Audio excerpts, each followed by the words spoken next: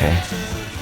So this is, again, the original recording of She's So Young, which came from a demo that we had recorded with our friend Scott DeSmit in his basement. At the same time we recorded I'm an Adult Now.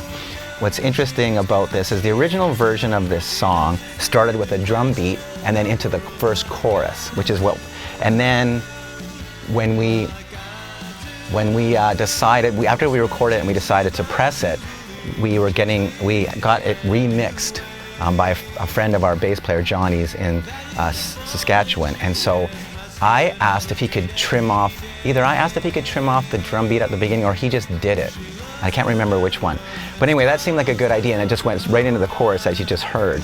But even then, I felt like what the song had was way too much chorus.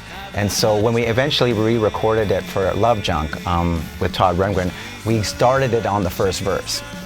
And so that's what's unique about this version of the song, is that we have one extra chorus at the beginning of the song that doesn't exist in the final version that was recorded for our major label record. Because I feel like one of the things that Todd Rundgren, who produced Love Junk, said was, this seems like too much of a good thing. There's too much chorus in this.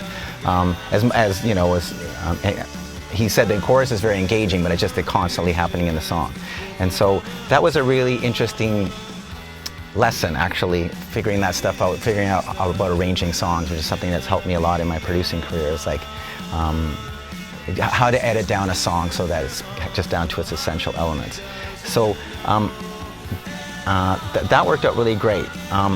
This song is really interesting in a way because it really reflects the pop side of the Pursuit of Happiness. The Pursuit of Happiness had like this two sort of sides to us. We had sort of a more rock, harder edge version of ourselves and then a more pop side. And this just kind of reflective of my upbringing in music, was that I listened to a lot of sort of very pop AM radio kind of stuff, but I also listened to a lot of harder music, especially a lot of punk rock and stuff like that.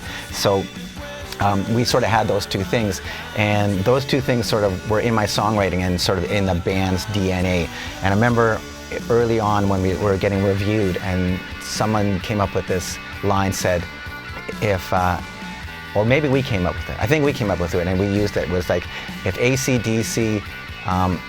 a van carrying AC/DC and a Volvo carrying ABBA got into a car crash, it would sound like The Pursuit of Happiness. And so that's kind of what our record was these two sides of the band.